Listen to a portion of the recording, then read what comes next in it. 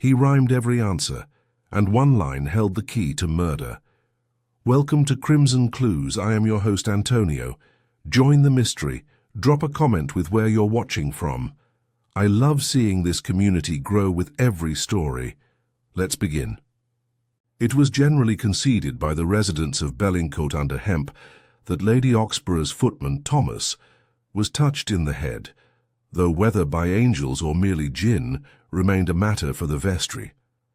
The young man had an unnerving habit of answering questions in sing-song couplets, usually with the air of a prophet disturbed in his sleep. No one liked to be served ham with a murmured, "The knife is dull, the pig was hale," but now both trot to the celestial pail. The March air was particularly damp that morning, enough to reanimate the more melancholic features of the estate's statuary, and Lord Peter Wimsey, never a hearty enthusiast for the country unless it happened to involve corpses or cricket, found himself wrapped in a Harris tweed that was, by his own estimation, at least 3 patterns too enthusiastic for suicide.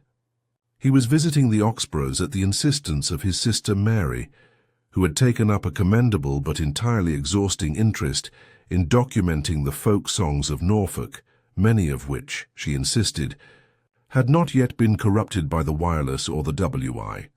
The corpse was discovered at precisely 8:42 a.m., or if you consult the hall clock, which Wimsey would later do with clinical interest, at 10 to 9 and never a chime. Thomas, of course, was the one to find it. It had been a drear and delicately grey sort of breakfast, with Lady Oxborough deploring the times and her son Desmond deploring the marmalade. Lord Peter had been contemplating the shape of his boiled egg and composing a limerick about Count Tolstoy and the invention of the samovar, when the footman entered the room with commendable calm, closed the door behind him, and said with distinct rhythm, "The master's room is cold and black, the master will not answer back. His bed is made, his book is shut. I think he's dead. I shut the hut." No one moved for a moment. Lady Oxborough blinked once, then reached for the marmalade. "I beg your pardon," she said, as though Thomas had merely introduced a novelty fish fork. Wimsey, however, straightened, set down his spoon, and tilted his head at the servant in that slight, bird-like manner that made policemen nervous and debutantes swoon. "You say shut the hut? Curious locution. Are we speaking metaphorically, i.e. the tomb, or have you perhaps mislaid your participles, Thomas?" "I mean the garden room, my lord," said Thomas, bowing with the exaggerated grace of a minor actor on the provincial stage, "where he sleeps most nights since the smoke in the flue made him cough and croak. I found him quite stiff, like a roast gone cold, though I daren't speak ill of the recently bold." "Capital," said Wimsey, standing. "A touch of Keats there. Though if memory serves, Keats never rhymed cold with bold. I dare say even posthumous chutzpah has its limitations." The household sprang into a sort of startled action. Lady Oxborough emitted a noise like a teapot at 3/4 boil. Desmond dropped his toast with a hiss of dismay. Mary merely looked intrigued and asked whether murderers tended to rhyme more or less after the act. Wimsey, ever efficient when death reared its tasteful head, had already buttoned his coat and taken up his walking stick. Not the sword one. Alas, but it would do. He turned to Thomas with a bland smile. "Lead on, O Muse. Let us observe this shut hut of yours, and see whether your master lies in iambs or in blood." The garden room, styled the Hermitage, in a fashion popular. Before the war, was a squat octagonal structure overlooking a small ornamental pond, now green with duckweed and age. Inside it bore the scent of stale tobacco, russet wool, and faintly oddly camphor. It also bore Sir Julian Oxborough, or at least what remained of him, a lean figure half reclined on a chaise longue, one slippered foot resting askew on the rug, a book titled The Death of the Gods closed in his lap, and a faint expression of mild surprise fixed to his bluing features. Wimsey made a low sound in his throat. It was not quite approval nor horror, but something in between.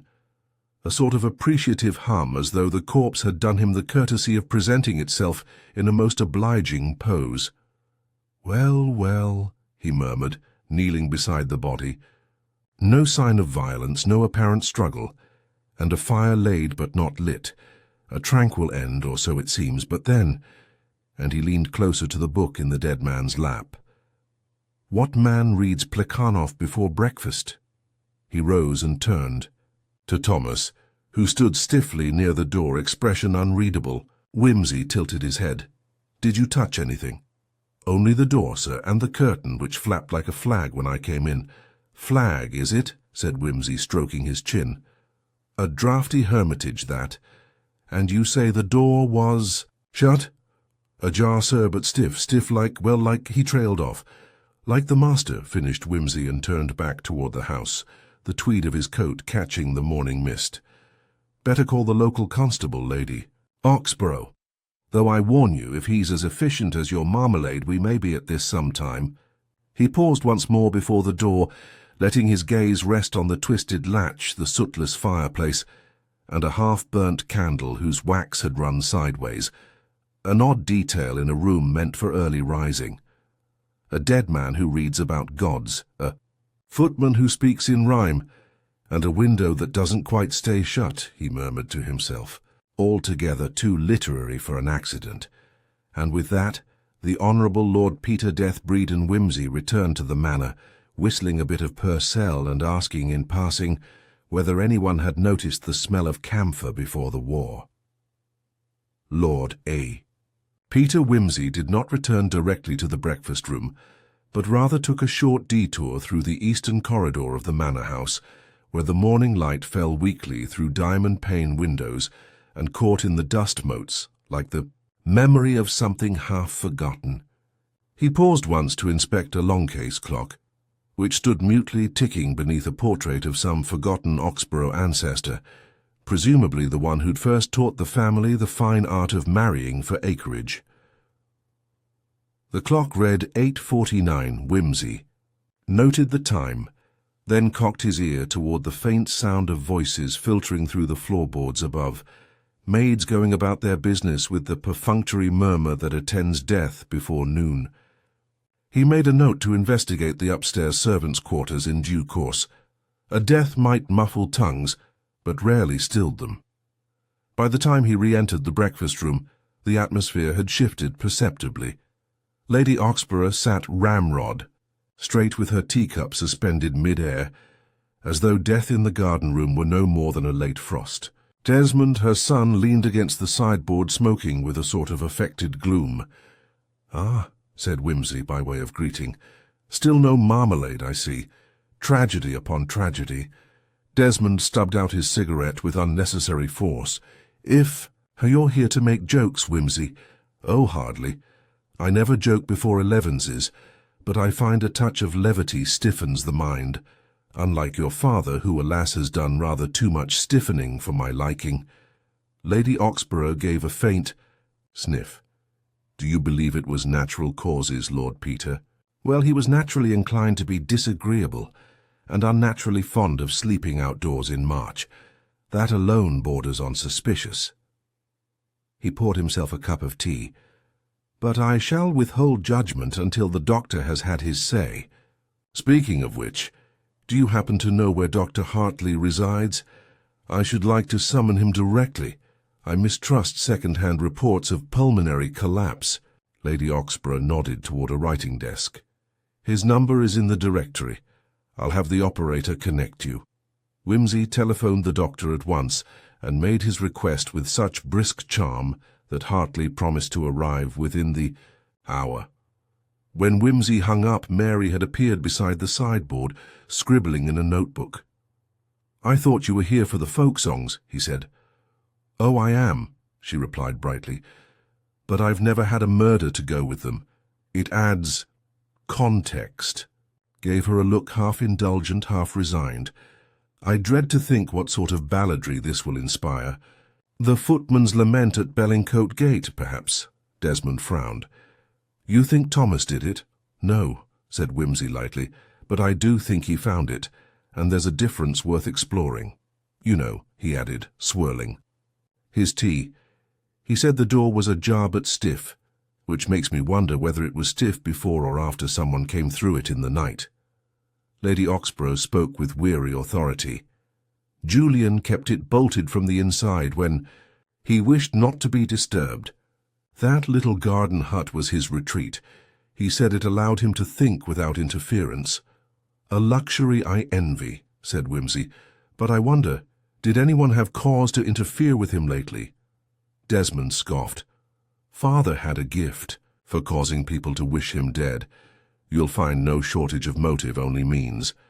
I'll take both if it's all the same to you."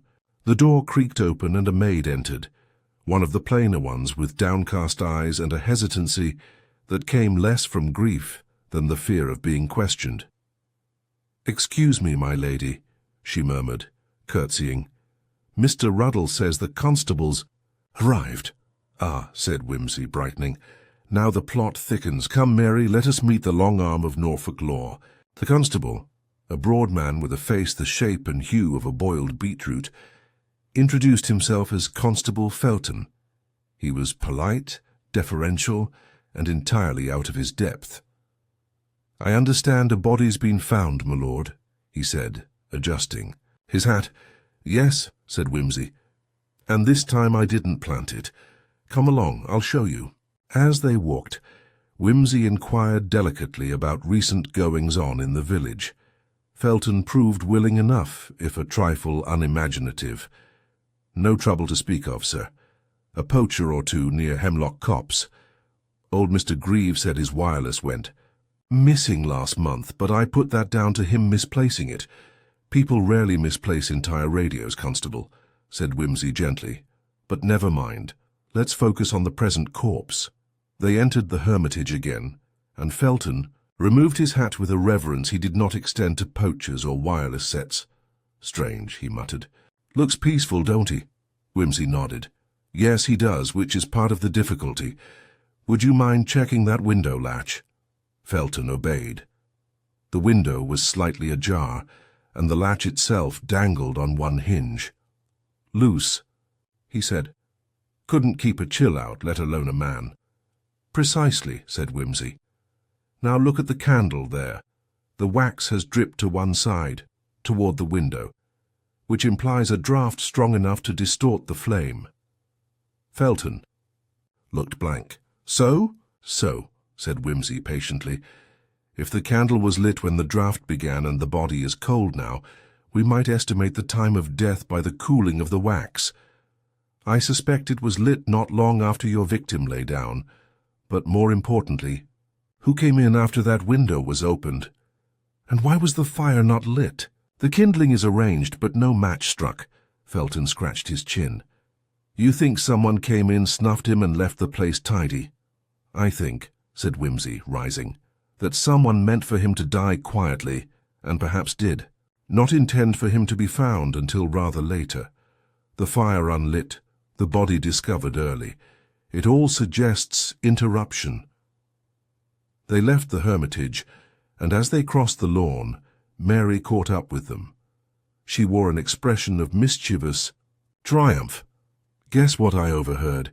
That chambermaid, Annie, was talking with the scullery girl. Apparently Sir Julian was seen arguing with someone 2 nights ago out by the sundial." "Really? And who was this someone?" "She couldn't tell, said it was dark. But she said the man shouted something about contracts and ruined families. Rather gothic, don't you think?"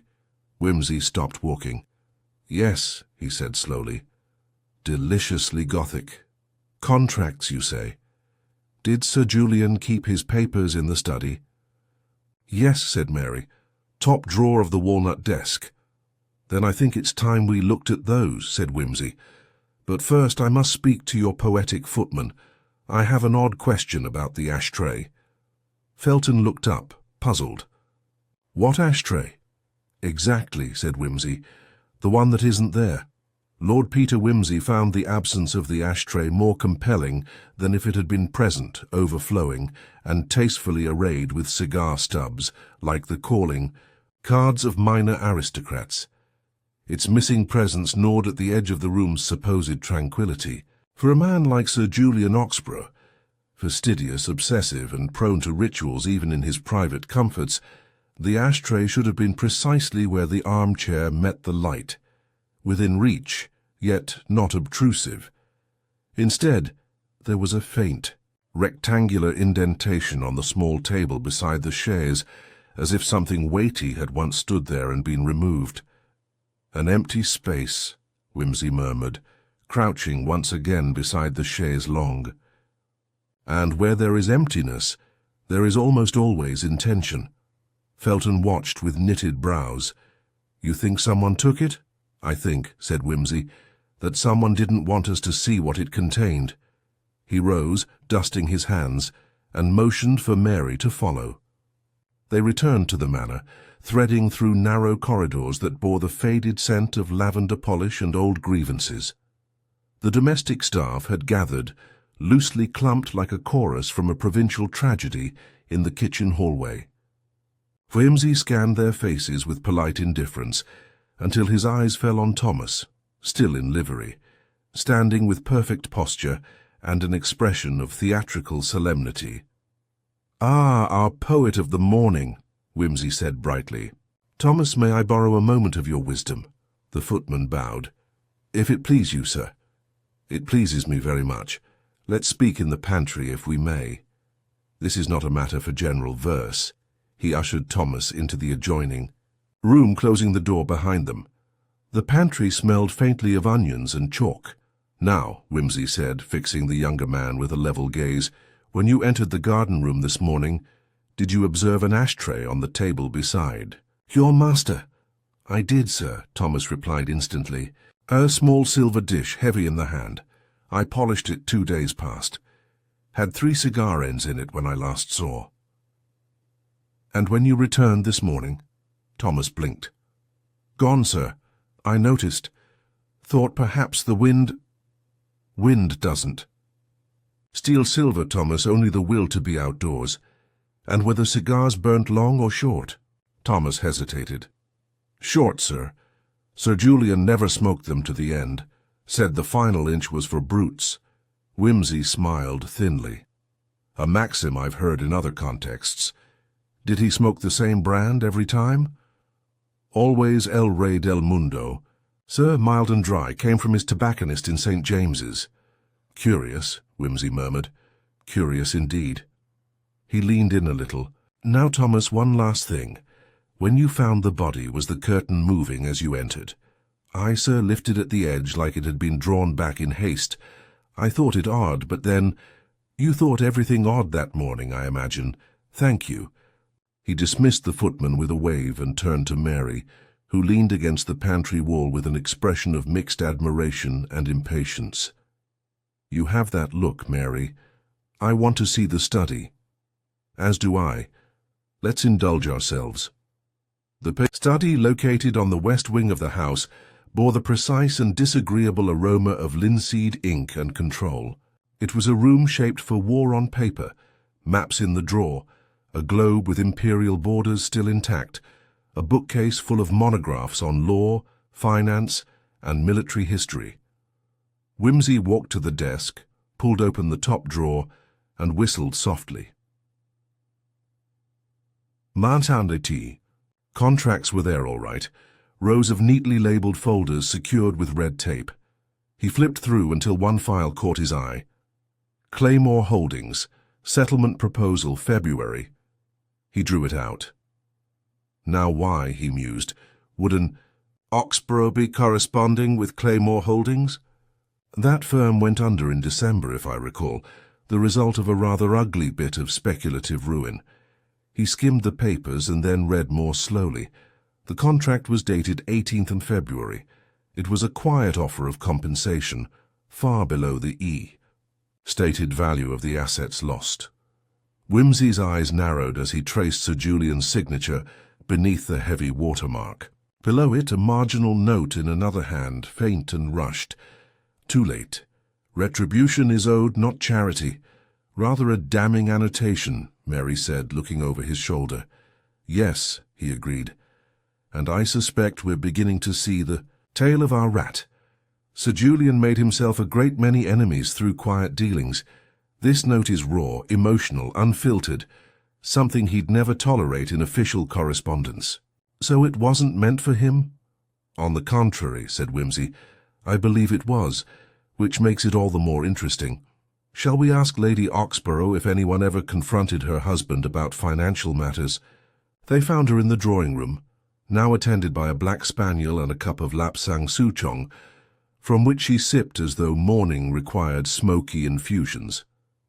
Lady Oxborough, said Wimsey with the same easy courtesy he might have used, to request the salt at dinner. Forgive the interruption.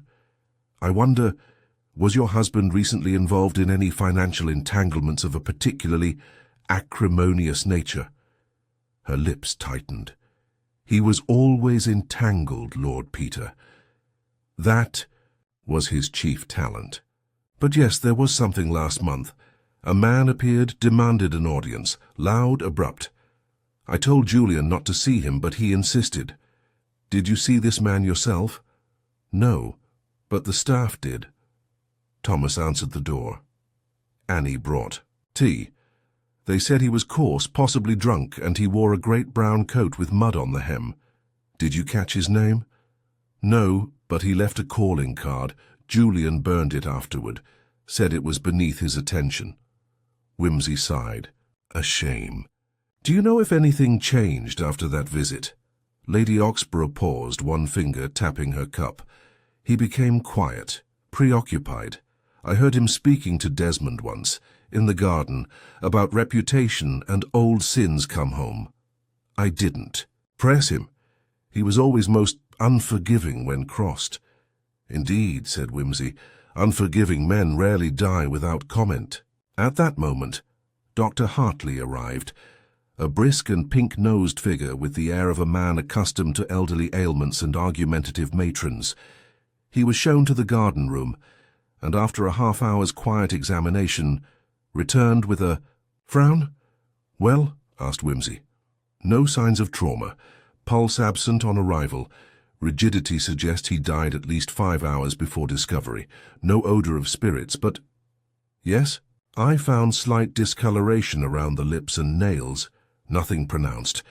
But if I didn't know better, well, I'd say it might resemble nicotine poisoning. Wimsey's face grew thoughtful. You mean nicotine? The plant, not the habit. Exactly.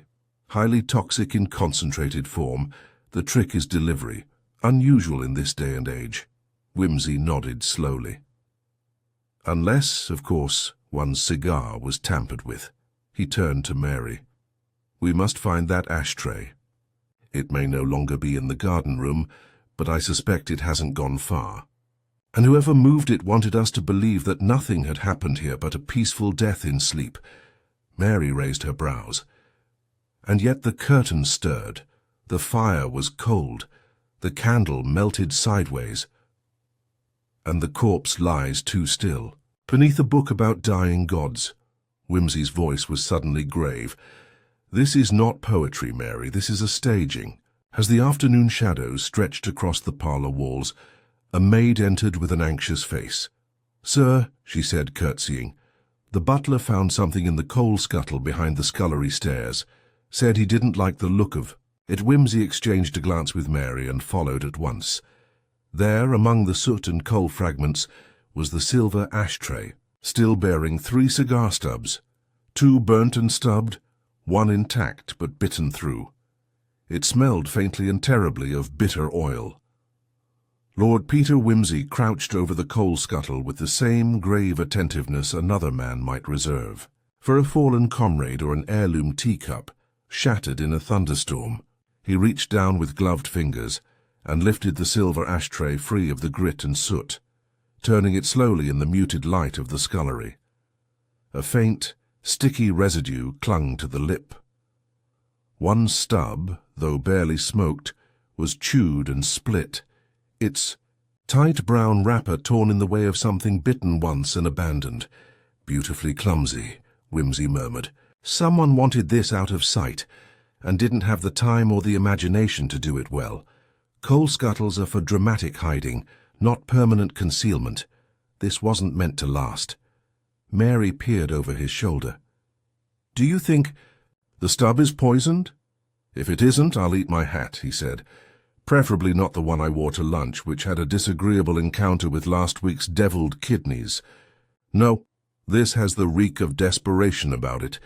Nicotine in concentrated form can be extracted easily enough from leaves with alcohol and heat.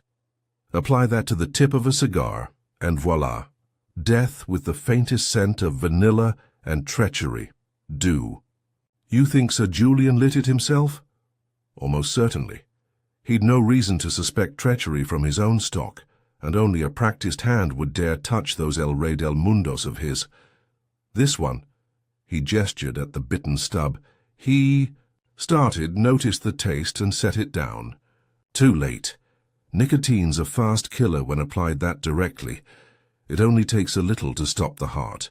The maid who'd led them there lingered by the door, shifting from foot to foot. Her cap was askew, and her hands bore the ash-black guilt of having tried and failed to clean what was not meant to be seen." "You found this when, precisely?" Whimsy asked without looking at her. "This morning, sir. Just after you sent for the doctor, Mr. Ruddle, that's the butler. He said to bring in fresh coal for the drawing-room fire. I reached in and felt something hard among the lumps. Didn't think it was right. No, indeed, nor was it meant to be." He turned back to Mary. "Let's not breathe a word of this to Constable Felton just yet. I should like to give him the thrill of discovering it himself later, once we've had time to form a few untutored theories." She smirked. "And where to next, oh detective in tweed?" "The housekeeper," he said. "Mrs. Trask, I fancy she knows who comes and goes with silver, soot and subterfuge." They found the housekeeper in her office, a surprisingly tidy room crammed with lists, calendars, and the faint aroma of beeswax. She was a woman of firm frame and firmer opinions, with the air of one who'd successfully managed 2 generations of ungrateful aristocrats and a quarter-century's worth of staff romances and broken teacups. "Mrs. Trask," said Whimsy, all polished charm. "A few questions, if you'll allow." "I expect you'll ask them whether I allow or not, my lord," she said, without a flicker of humour. "But you'll have better luck if you sit and take tea like a Christian," he obeyed. Tea was produced with impressive speed, and Whimsy sipped reflectively before beginning. "Has any member of the staff, footman, maids or otherwise, behaved unusually since Sir Julian's passing?" "Unusual's a relative term in a house. So like this," said Mrs. Trask. "But if you're asking whether someone's gone quiet, vanished, or suddenly taken an interest in theological poetry, then no, not that I've seen. And yet," he said, "someone took the liberty of removing an ashtray from a locked room, hiding it in a coal scuttle, and hoping it wouldn't be missed." Her brow furrowed, but she gave nothing away. "Sir Julian had a way of making enemies," she said at last. "But he didn't trust many people to enter that garden room. Thomas, yes, myself, on occasion, and Ruddle if something needed mending." Whimsy nodded. "What about the study? Would you know if anything had been recently taken or added to the files there?" She gave him a look. "I don't read his letters, my lord. I do his linen." "Yes, but linen is sometimes more revealing than ink." He leaned forward slightly. "Mrs. Trask, has there been a brown coat in the laundry lately? Mud at the hem, possibly not belonging to a member of the household?"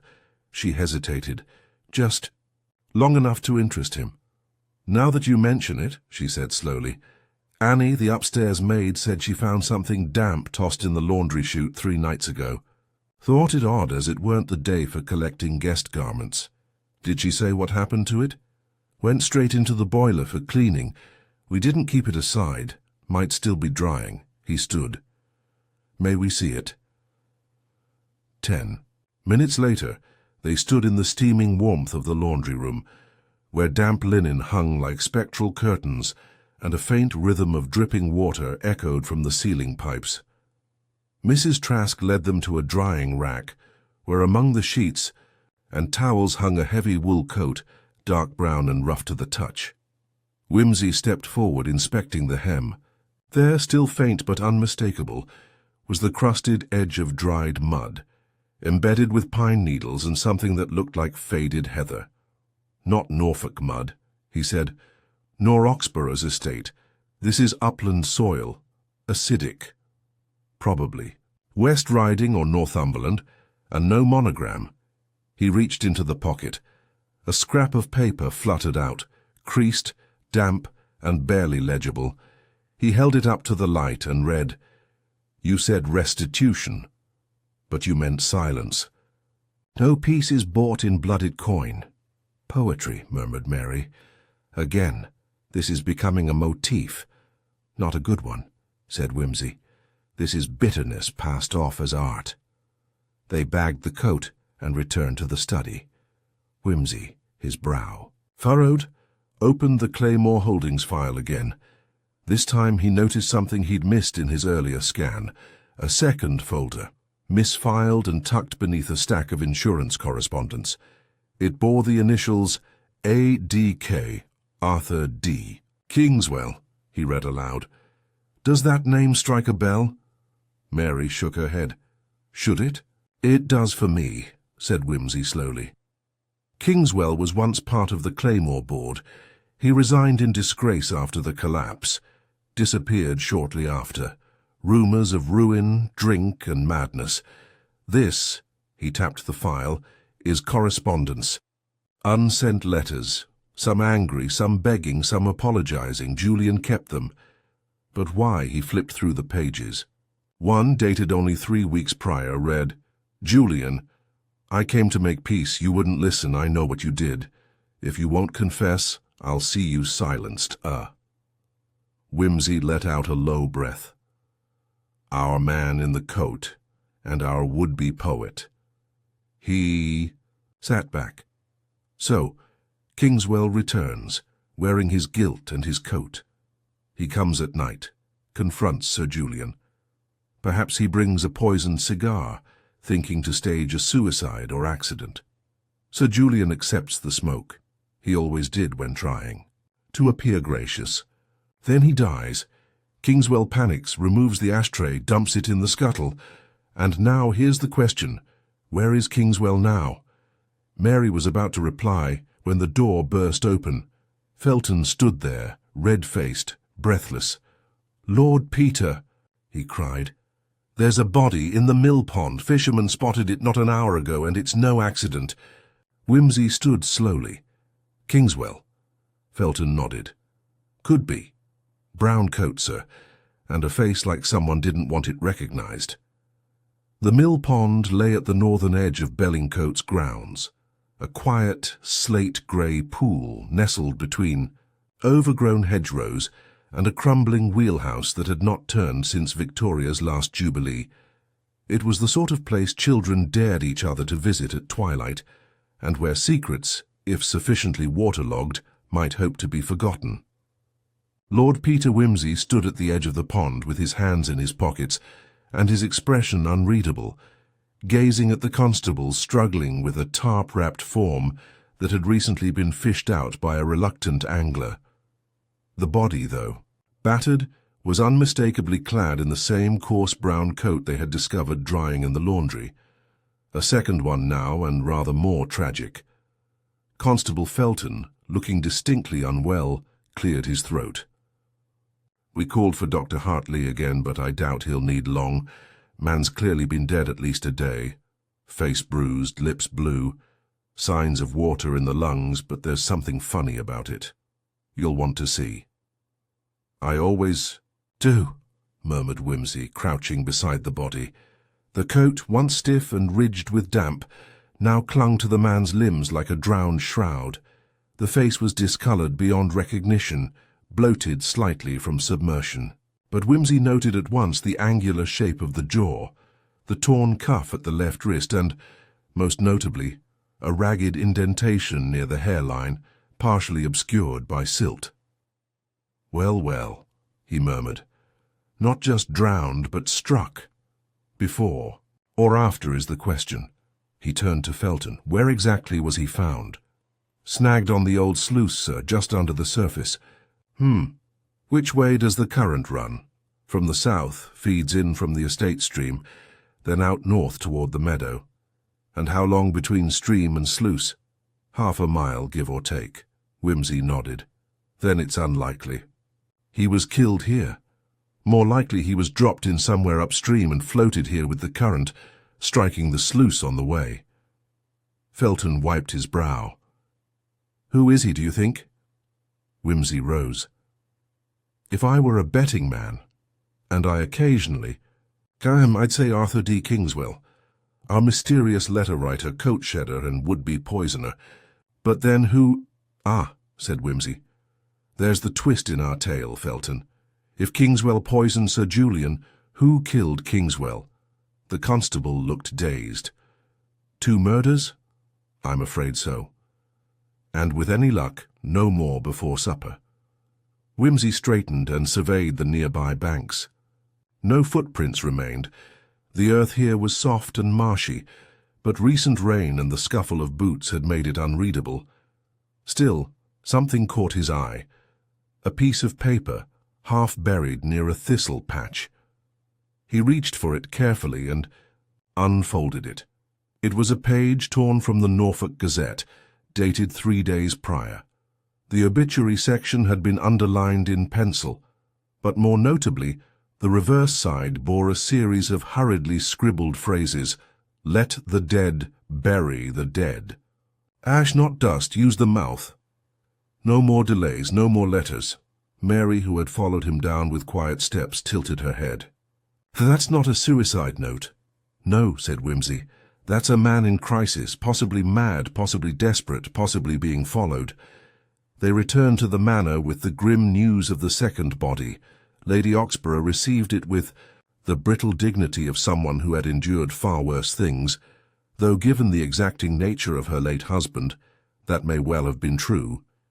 Desmond, however, grew visibly agitated. This is madness, he said, pacing before the library hearth. First father, now this stranger. And you say they're connected? Most murderers are, said Wimsey mildly. By motive, means, or madness. In this case, I suspect all 3. Desmond stopped pacing. But why Kingswell? Who even is he? I never heard of him before this morning. Wimsey regarded him steadily. Are you quite sure of that, Desmond? The young man flushed. Of course I'm sure. I don't go around inviting disgraced financiers to tea. No, but your father might have. And perhaps not all discussions happened over tea. Some may have been more confrontational. Desmond turned toward the fireplace. He never told me anything. He only told me what to do, what to study, what to inherit. I was meant to become another version of him, only quieter, more obedient. He would never have confided anything real. Wimsey let the silence linger. Then, Desmond, did you see your father the night before he died? Yes, briefly, around 10. I'd come in from the vicarage, choir rehearsal.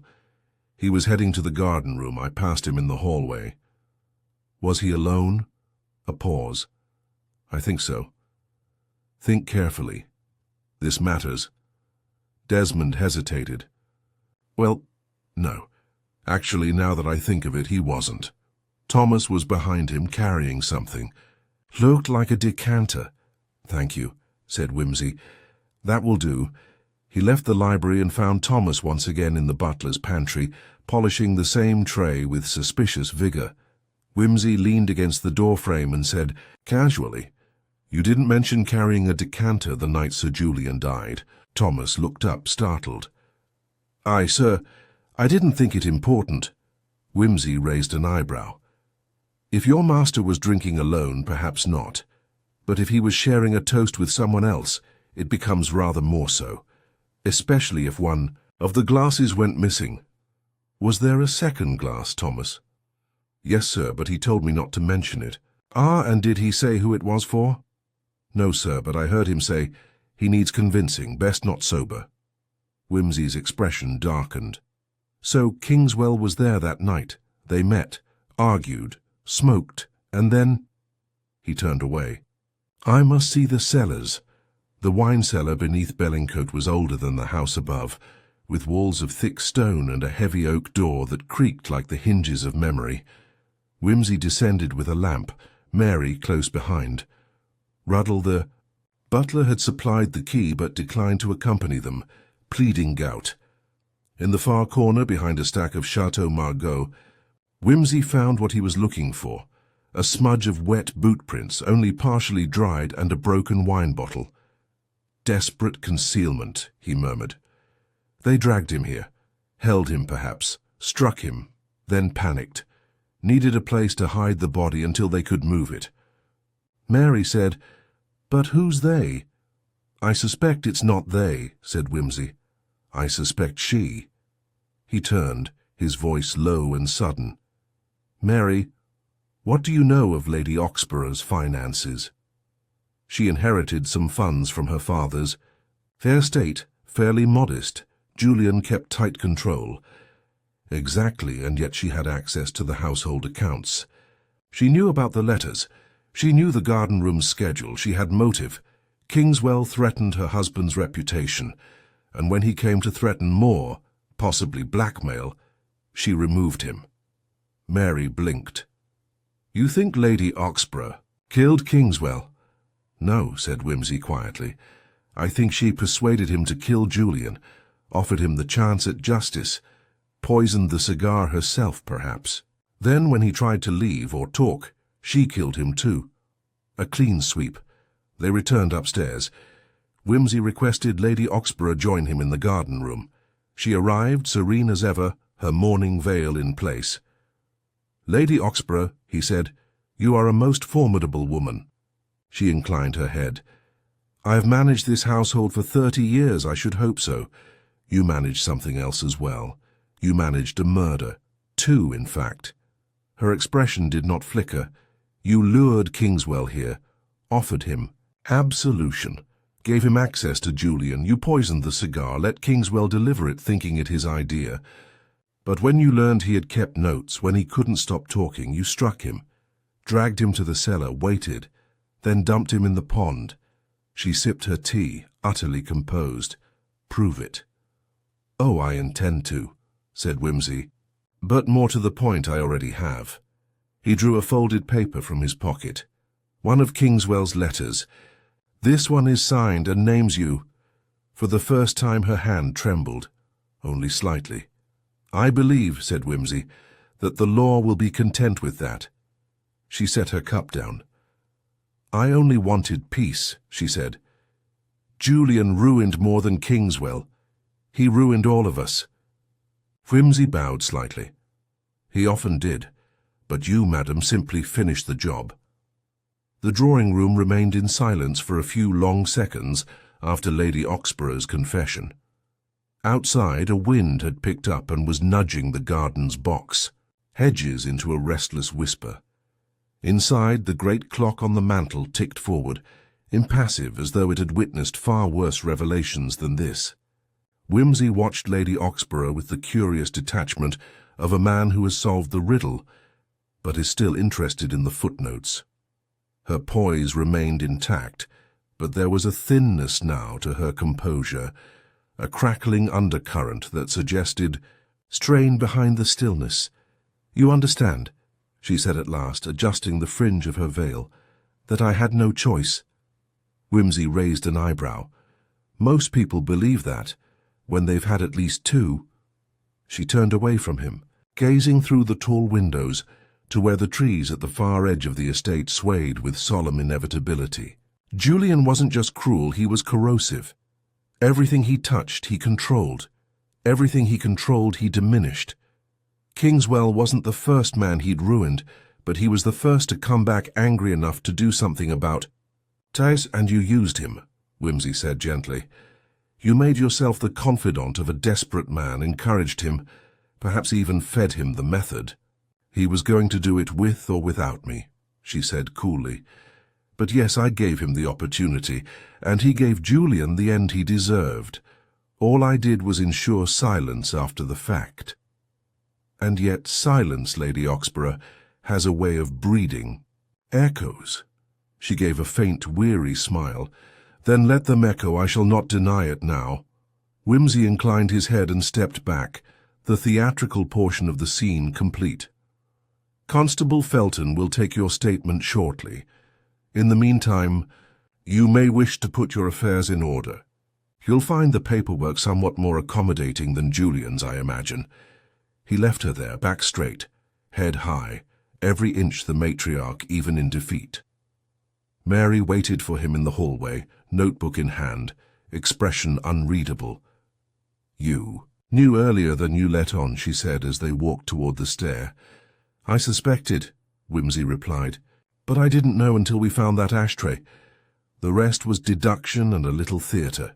Do you pity her? He considered. Not pity, precisely. I think Lady Oxborough acted from conviction. Dangerous, resolute conviction. I admire that in the abstract, but not in practice. They turned down the west corridor, where the late afternoon light had begun to stretch long amber stripes across the floorboards. But there's one detail that still bothers me, Whimsy said. One small, irritatingly poetic inconsistency. Mary smiled faintly. Only one? The rhyme, he said. The rhyme Thomas spoke when he found the body. I thought at the time it was simply his way, but it was too pat, too symbolic. His bed is made, his book is shut. It was an echo of something. You think he saw something more? I think, said Whimsy, pausing at the top of the back stairs. Thomas didn't find the body. I think he knew it would be there. Mary stared at him. You think Thomas was involved? Not directly, not with the murder. But Lady Oxborough may not have acted alone, not entirely. She's too precise to leave things to chance. And Thomas, well, he's always been her creature. In the small ways first, then the larger ones. He turned and descended quickly, Mary behind him. They found Thomas once again in the butler's pantry, this time stacking polished silver with robotic calm. He looked up as they entered. "My lord?" "Thomas," said Whimsy, smiling with false warmth. "A small matter. When you found Sir Julian's body that morning, you said the curtain was moving, flapping. That struck me as odd, since the window latch was broken and should have left it flapping long before. But your phrase, 'his book is shut,' that was a curious thing to say." Thomas looked uneasy. "Just words, sir. I speak in verses sometimes. A habit. A peculiar habit. And one that suggests premeditation. I don't follow, sir." "No?" Whimsy took a step forward. "But you do recite. You gave us a neat, perfect rhyme about the body, the bed, and the book. That suggests you were expecting a tableau, not stumbling upon one." Thomas paled. "I didn't do anything." "No, you didn't. But I think Lady Oxborough told you what you'd find, and she told you how to announce it, to make it memorable, to fix the narrative before anyone else could." Thomas looked at Mary, then back at Whimsy. "She told me to say it like that. Said it would calm people. Make it seem like he'd gone gently." "Like a play," said Whimsy softly. "Like the last act of a Shakespearean tragedy. Only in this version, the Queen is still alive and covering the blood with flowers." Thomas's voice was hoarse. "She said it was justice." "Perhaps it was," said Whimsy, "but murder done in rhyme is still murder. I'll ask you to stay nearby, Thomas. Felton may have some questions. You won't be charged, I expect. Not unless you've left something else out." Thomas nodded slowly and sat down on the edge of the pantry table, suddenly very young and very tired.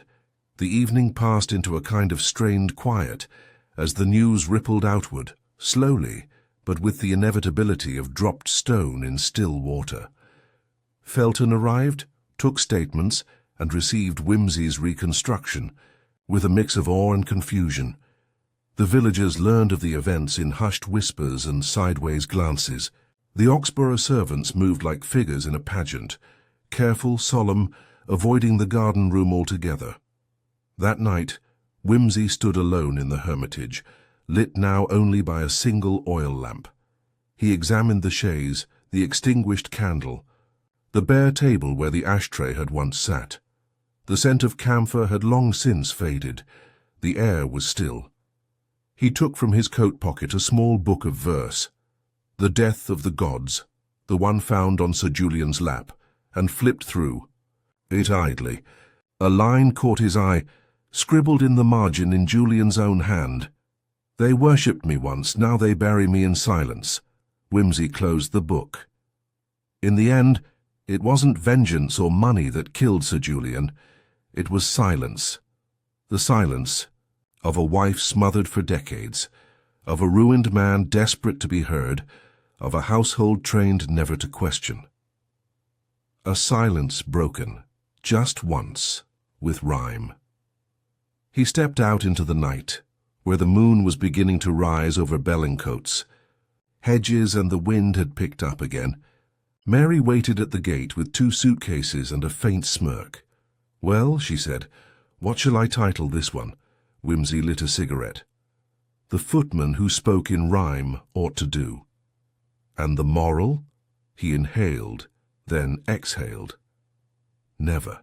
Assume a man who rhymes is harmless, or that a woman in widow's black is grieving." They walked down the drive, leaving the estate behind. In the morning, the Oxboroughs would be a household undone, servants scattered, name tarnished.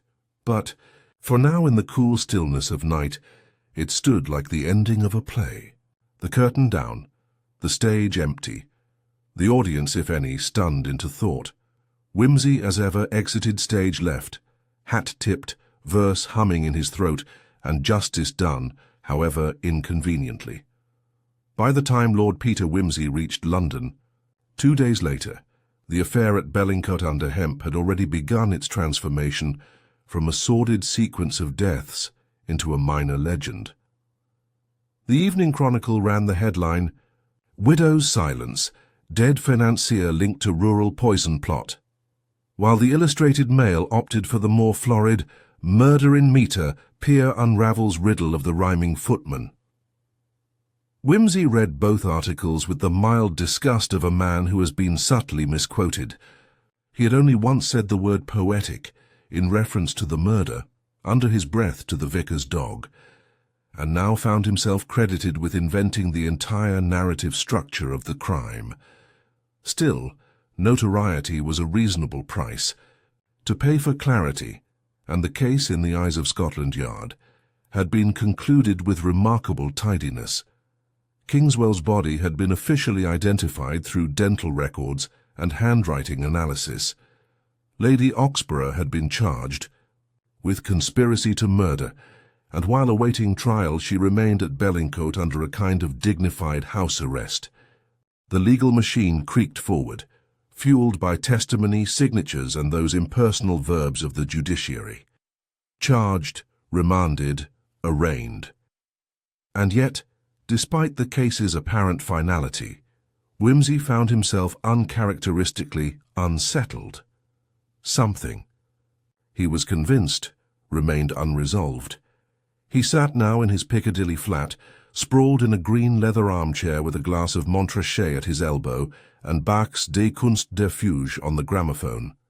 The sun filtered through the curtains in slow golden stripes, the dust dancing like polite applause. Across from him, Bunter polished a silver cigarette case with the kind of reverent care that suggested he might be contemplating it as a weapon. "In a future emergency." "Bunter," Whimsy said suddenly, "do you believe in ghosts?" Bunter did not look up. "Not as a rule, my lord, though I've known certain hotels in the Black Forest to encourage the notion, chiefly for commercial reasons." Whimsy smiled faintly. "And yet something about Bellingcote remains spectral to me. We tied up the ends, every deduction neatly, buttoned, and still." He reached for a manila folder on the side table and pulled out a sheet of parchment paper, lifting it between 2 fingers like a surgeon handling an organ. "This is what bothers me," he said. The page bore a typed transcript, Kingswell's final letter, the one naming Lady Oxborough as his co-conspirator. It had been found among his effects in the cellar, presumably dropped or forgotten during the chaos of murder. But the letter was too clean. The type, the paper, the phrasing, everything had the chilling efficiency of something meant to be found. What if, Whimsy said slowly, this wasn't his confession, but her script? Bunter paused in his polishing. You believe the letter was forged, my lord? I believe, said Whimsy. It's possible. He rose, pacing. Kingswell was erratic, emotional, prone to metaphor and madness. But this letter, flat, precise, almost bureaucratic in tone, doesn't sound like the man who scrawled apocalyptic verse on old newspapers and came storming through a rain-drenched hedge to demand restitution. It sounds like someone trying very hard to sound like a broken man. He paused by the fireplace. And what if, just suppose, Kingswell did come to kill Julian, but someone else intercepted him first? Someone who wanted both men gone? Bunter considered this. You suggest Lady Oxborough wasn't the instigator after all, my lord. I suggest she may have been the obvious scapegoat. Elegant, tragic, conveniently motivated. He stared at the fire. There's another possibility I've not yet entertained, one I dislike, but I must consider it. He turned abruptly. Fetch me the copy of the insurance declaration from Sir Julian's estate, the one from 3 years ago. Bunter, without question, retrieved a black folder and passed it over. Whimsy leafed through the pages until he found what he sought, a clause in fine, precise legalese authorizing the full sum of the estate, nearly $80,000, to be redirected in the event of both Julian and his legal heir perishing without contesting the will. He read the clause twice, then he said very quietly, I believe we need to speak to Desmond again. 2 hours later, Whimsy was seated in the smoking lounge of the Junior Carlton Club, opposite a rather drawn and irritable Desmond Oxborough, whose eyes darted like a man not used to summoning or resisting suspicion. I appreciate you coming. Desmond, Whimsy said amiably, I shan't keep you long, just a few points to clarify. Desmond forced a smile. I'm not sure I can help, Lord Peter. I've told the police everything I know. Yes, I'm sure you have. But something's been bothering me. You see, I've been revisiting the timeline of that night. How you say you saw your father around 10 walking toward the garden room? Yes, and he was alone except for Thomas behind him with the decanter. Desmond nodded. That's right. But here's the curious thing. Thomas never mentioned bringing a decanter, and when I asked him later he said it was wine, not brandy, which struck me as odd because the glass found on the table had traces of brandy. Desmond stiffened. Perhaps he misremembered. Perhaps. But there's more. The will. What about it? It was revised last year, wasn't it? A quiet revision submitted through the family solicitor. Did you read the new clause? Desmond paled. Well, no. Father managed. All that? Quite. But someone did. Someone with access to his safe and a motive to expedite the inheritance. Whimsy stood. You staged that scene, didn't you? Not the murder, but the aftermath. You found Kingswell dead in the cellar. Killed. By your mother, most likely, and saw your opportunity. You dragged him to the pond, hid the coat, and forged the letter. Desmond's voice cracked. That's ridiculous. Is it? Whimsy walked to the window, hands behind his back.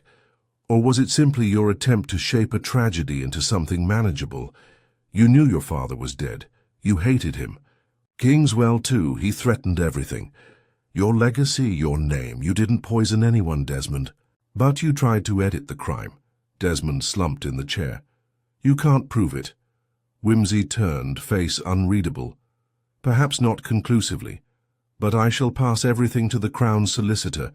At best, you obstructed justice. At worst, you tampered with evidence. Desmond stood abruptly. You're destroying our family. No, said Whimsy. Your father did that years ago. I'm merely writing the epilogue.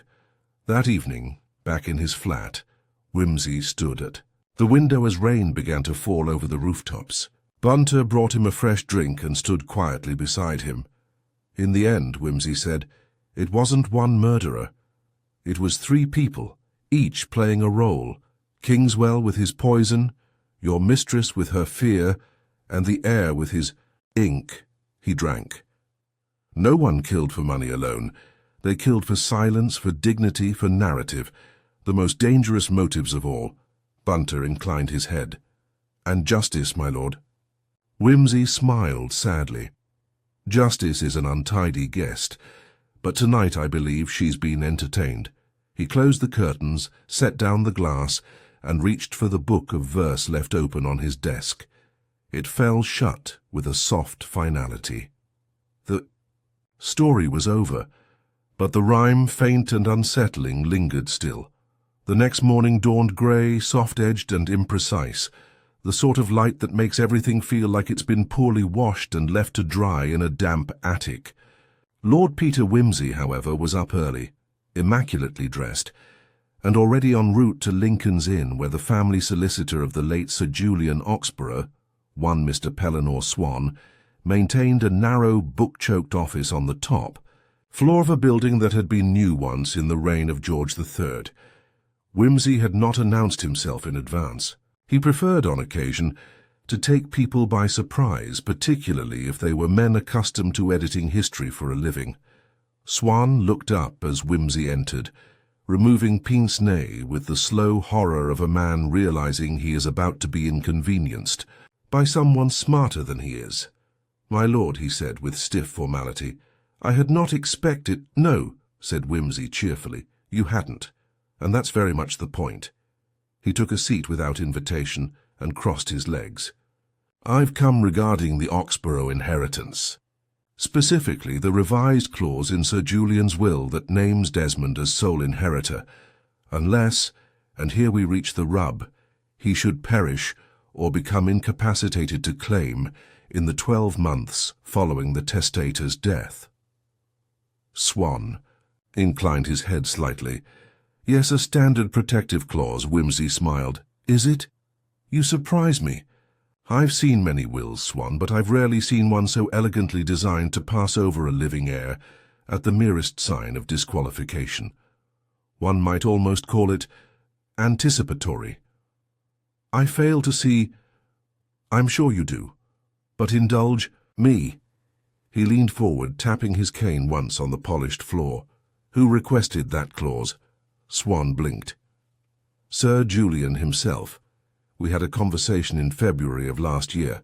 He said, let me recall precisely, he said, one never knows what a son might do under pressure.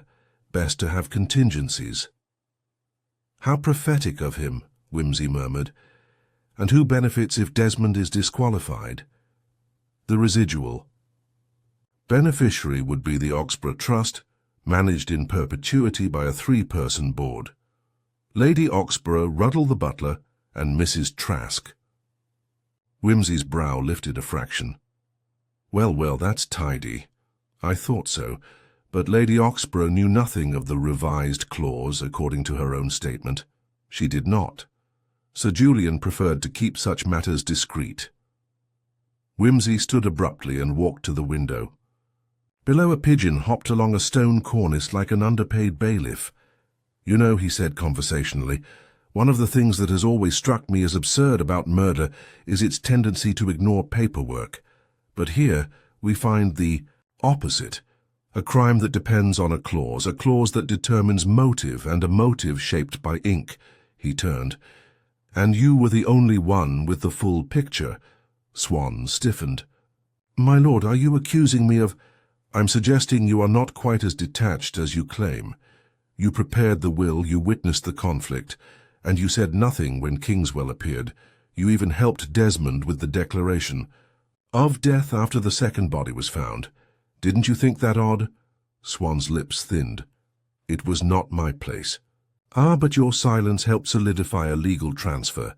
Desmond inherits, then Lady Oxborough. Only now Desmond's potential fraud may render him unfit, and the trust gains control." Swan's mouth twitched. "Are you proposing I conspired?" To manipulate an inheritance clause.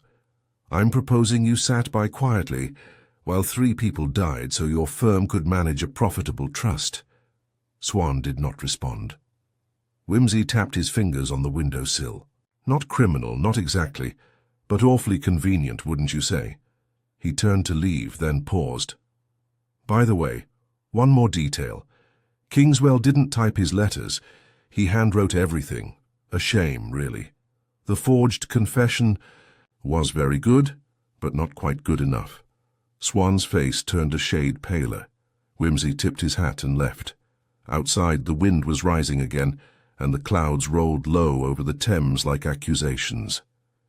That afternoon, back at 110A Piccadilly, Whimsy sat with Inspector Parker, who had dropped in for brandy, gossip, and a summary of sins. "So," Parker said, after listening in silence, "you're telling me Desmond didn't kill Julian, but he did stage a cover-up. His mother killed Kingswell, and the solicitor helped all of it pass quietly by signing the right papers at the right time." "Not helped, permitted," said Whimsy. "That's the tragedy of Bellingcote. Everyone waited for someone else to act. The footman rhymed, the housekeeper pretended not to see, the lawyer shrugged. Each one contributed indirectly to the deaths." Parker sighed. "We can try Desmond on obstruction at best. Swan will wriggle free. He's covered his tracks." Whimsy nodded. "Yes, but at least the record is straight, and the truth, however unpleasant, is now alive and kicking." Parker took another sip of brandy. "Do you know, Peter, sometimes I wonder if we aren't just unraveling tapestries, only to find everyone prefers them tangled." "I know they do," Whimsy said, "but I can't help myself. There's something satisfying in discovering that the thing isn't a swan-at. All it's a goose in a borrowed bonnet." They sat in silence a while. Then Parker asked, "So what became of Thomas?" "Resigned, last I heard. Took a job in Devon. Something less poetic." "And Lady Oxborough?" "Awaiting trial. Quietly, and with excellent posture." Parker shook his head. "What a waste." "No," said Whimsy, draining his glass. "A lesson about silence, complicity, and what people do when no one is quite guilty enough."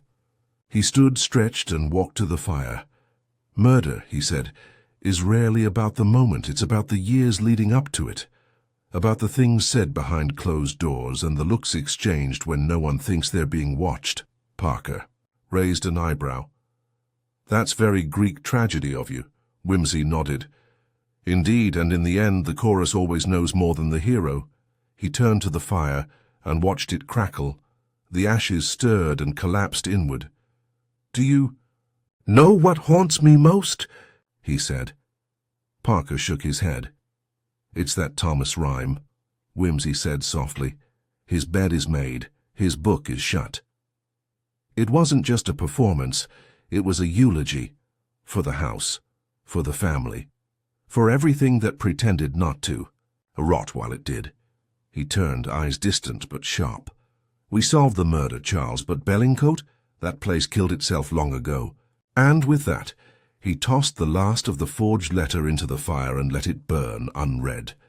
The trial of Lady Oxborough began in proper English fashion beneath the solemn arches of the Norwich Assizes, where justice was served with due ceremony, creaking wigs and a distinct aroma of damp stone.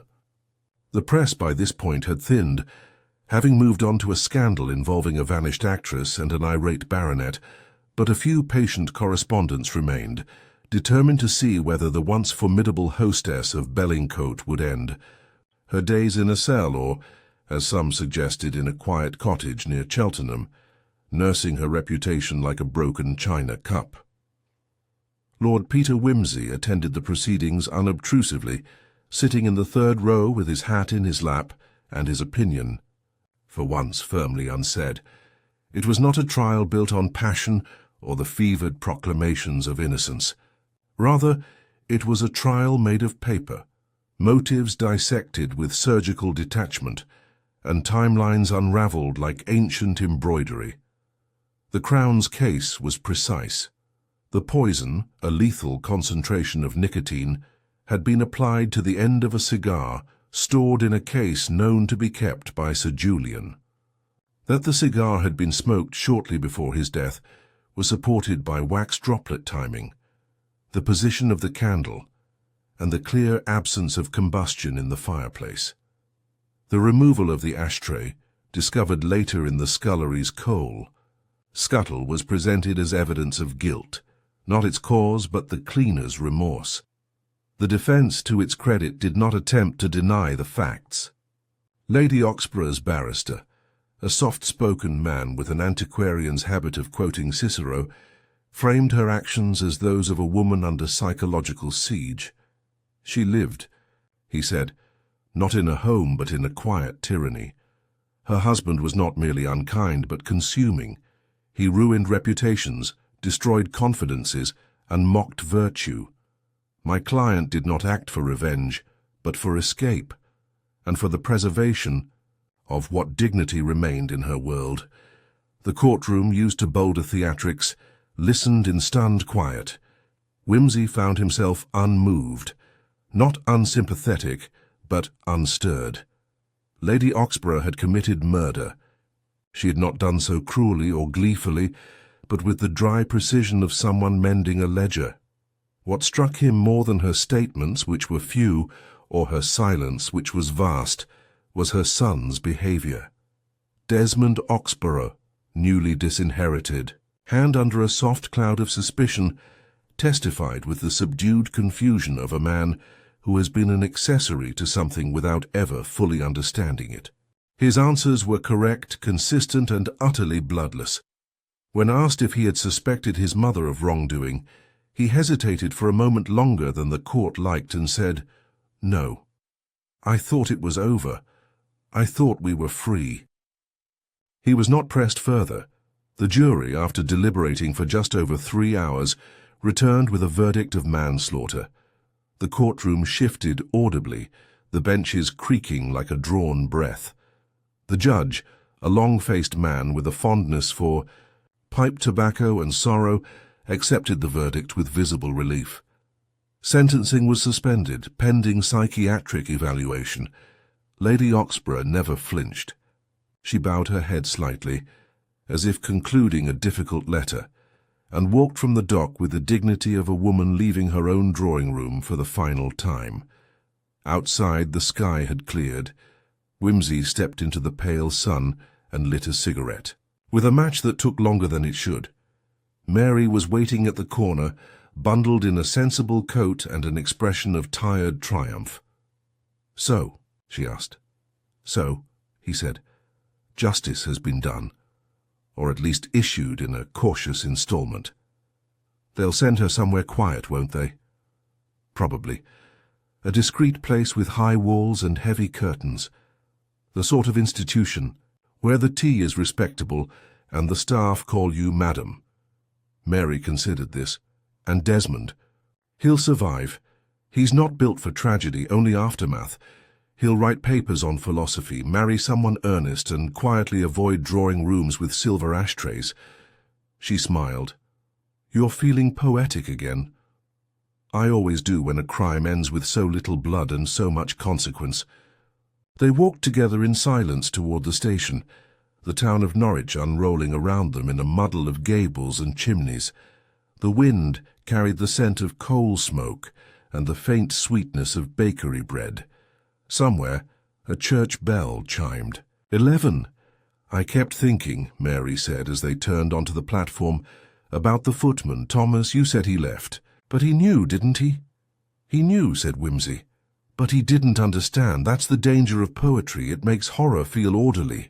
Mary paused, brushing a curl from her cheek.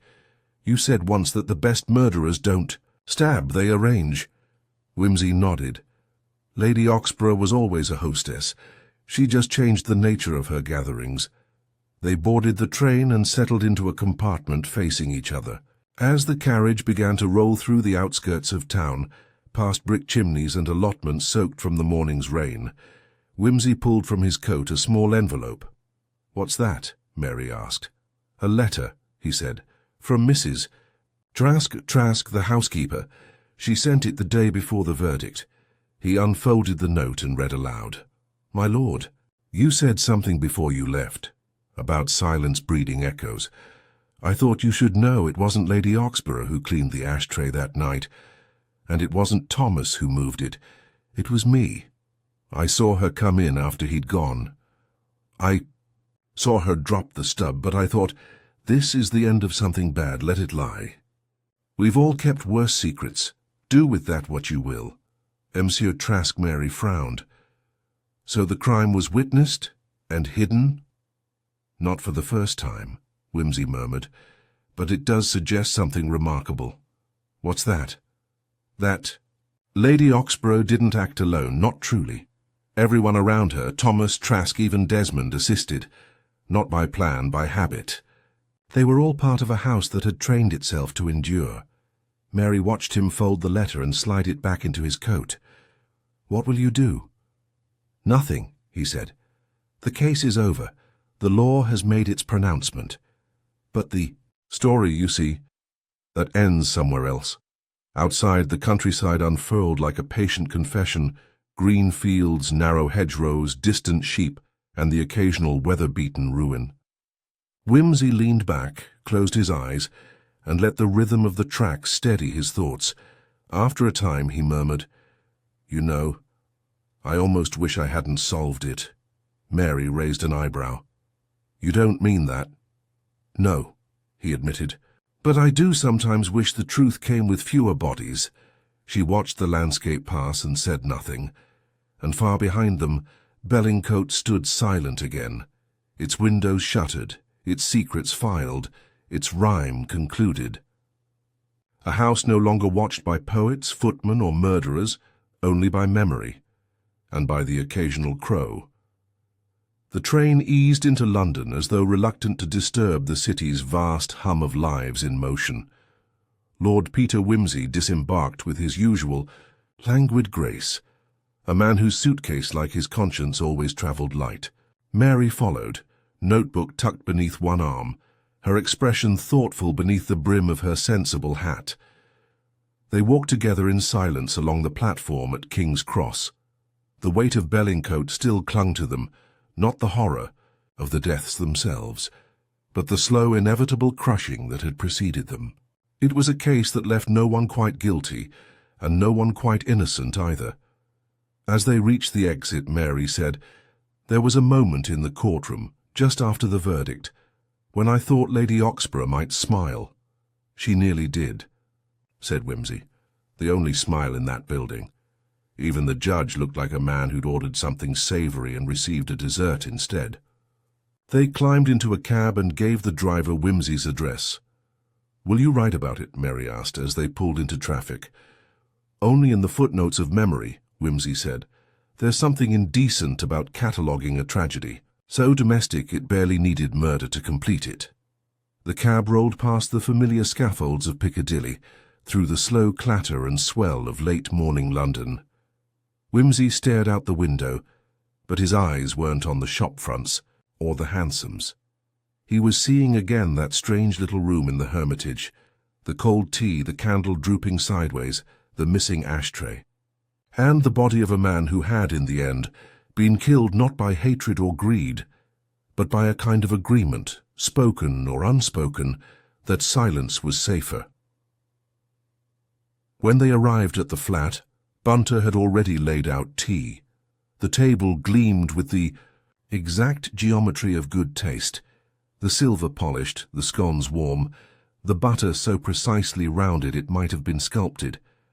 Whimsy sighed and dropped into his usual chair. I envy men of simple certainties, he said, reaching for the clotted cream. Mary raised an eyebrow. You've just proved the guilt of a woman who spent 30 years camouflaging her resentment. In embroidery and clever menus, that seems fairly certain. Ah, said Whimsy, but what have I proved, really? That she gave a man a poisoned cigar, or that she allowed him to give it to someone else? We say murder as though it were a single act. But this was collaboration, silent, accidental, slow as the growth of ivy. He stirred his tea. She didn't commit murder so much as host it. Mary buttered a scone. Well, at least Kingswell got what he wanted. Whimsy looked up sharply. Did he? She paused. Didn't he want justice? No, said Whimsy. He wanted reckoning. Justice is symmetrical, cold and clean. What Kingswell wanted was impact. A chance to force someone to see what they'd done, and he failed. Julian didn't die looking into the eyes of his enemy. He died as he lived, alone, annoyed, and halfway through a bad book. Mary set down her scone. You said something earlier, about truth and bodies, that you wished there had been fewer. I did. And now? Whimsy leaned back in his chair. Now I think this was always going to end with a corpse, perhaps two, perhaps more. Because you see, Bellingcote wasn't a house, it was a theatre. Everyone was performing desperately, just to make the scene look civilized, and when the curtain finally dropped, no one remembered their lines. Mary rose, walking to the window. Outside, London moved on, orderly, distracted, incurious. It had no space for ghosts like Bellingcote, no patience for murder as metaphor. You could write it up, she said. Leave out the names. Call it fiction. Whimsy gave a short laugh. I tried that once. The critics complained my murderer had too much motive and not enough charm. A knock at the door interrupted them. Bunter answered and returned a moment later with a small square package, neatly wrapped in brown paper and tied with butcher's twine. No note, my lord. Left by hand. Whimsy turned it over. No writing, no seal. He opened it carefully. Inside was a single item. A framed photograph, slightly faded. It was a portrait of Bellingcote's dining room, taken perhaps 20 years earlier. The long table laid for 12, the same wallpaper, a cluster of silver candlesticks polished to mirror sheen, and seated at the head, Sir Julian Oxborough, younger then, but unmistakable. One hand on a napkin, the other poised mid-gesture. He was speaking clearly to the person just out of frame. The face was full of certainty, the expression of a man who had never doubted, never apologized. In the lower corner, faintly, there was a note in ink. Even gods must dine. J.O. Whimsy stared at it for a long moment. Then, slowly, he returned the photo to its wrapping. Who sent it? Mary asked. No idea, said Whimsy. Could have been Desmond or Thomas or no one. But why? He met her gaze. To remind me what power looks like when it still believes in itself. She stood in silence. Then, quietly, Are you all right? Whimsy smiled faintly. I'm always all right, that's my chief talent. I merely wonder from time to time whether clarity is worth the price. We uncovered every hidden thing, Mary, every motive, every arrangement, but I don't feel triumphant, only older. He picked up his tea again. I think next time I'll take a case with a revolver and a single jealous lover. Something bracing. Mary raised her teacup. To uncomplicated murders. To murders without metaphor, Whimsy replied. They toasted and drank. Outside the clouds passed on. The day resumed, and somewhere far off in a quiet garden, wind moved again through the tall hedges of Bellingcote. A shutter creaked, the Sioux. Candle in the hermitage had long since guttered out. The book lay shut, the bed finally unmade, and the footman, wherever he had gone, no longer spoke in rhyme. It was not until a full month after the verdict, when the days had lengthened into the diffident gold of early summer, that the final piece arrived. Lord Peter Whimsy was in the library of his Piccadilly flat, poring over a volume of Middle French verse that claimed, with breathtaking optimism, to be useful for beginners. He was halfway through a particularly problematic quatrain when Bunter entered with a letter. Delivered by hand, my lord. No stamp, no messenger in sight. Whimsy accepted it with a frown. The envelope was unmarked save for his name in narrow script, unmistakably written by a woman with fine gloves and a finer education. Inside there was no letter, only a single sheet of thin vellum, neatly folded, with a line typed in the center. I never asked him to die, only to see. Whimsy sat very still. Then he folded the note, rose and crossed the room to the fire. Bunter, tactfully silent, poured fresh tea. "I've seen that phrase before," Whimsy murmured, "though not in any book of law or poetry." He stared into the flames. "It's what Kingswell said, almost word for word, the night he came to Bellingcote, according to Thomas and according to Trask. I never thought to ask who heard it first." Bunter raised an eyebrow. "Then the note was not from—" "Lady Oxborough? No." Whimsy turned. "She's incapable of ambiguity. Her truths are served on a tray. This is someone else, someone who still believes in metaphor." He reached for the fire poker and stirred the coals gently. "It was Trask," he said. "It was always Trask." Bunter looked puzzled. "The housekeeper?" "Indeed. The silent orchestrator. She saw everything, who came and went, who entered the hermitage, who returned muddy. She let Lady Oxborough believe she'd acted alone. She let Desmond believe he was clever. She even let Thomas take the blame for the rhyme." He turned, expression sharpening, but in truth she shaped the entire scene. It was she who placed the poisoned cigar in the box, not Kingswell, and not the widow. She cleaned the ashtray not to conceal guilt, but to leave just enough to be discovered. She forged the letter, not to frame, but to protect, to construct a narrative where guilt was shared and therefore unpunishable. Bunter blinked. "Then, why confess now?" "She hasn't," Whimsy said. "Not truly. She's only given us the final line, the one that makes the rest of the story readable." He walked to the window and opened it. The air was warm, carrying the distant hum of a city living far too quickly to mind murder in the past tense. "I don't intend to pursue it," he said. "My lord?" "She acted for justice, of a sort, and she did so without violence. She saw the pattern forming, Julian, Kingswell, Oxborough, threads crossing, and instead of unravelling it, she tied them off. I find myself admiring the knot." Bunter offered no reply. There are some judgments that require no second voice. That evening, Whimsy dined alone, then strolled to his club and declined a game of bridge. The city around him was indifferent to tragedy, but it suited him fine. He returned home late and stood a long while in the library, looking at nothing. At last, he took down a new book from the shelf. The binding was deep blue, the lettering discreet. The Footman Who Spoke in Rhyme, a cautionary tale in 12 acts. Inside, a dedication, for those who survive by silence, and those who break it only once. He turned to the first page and began to read.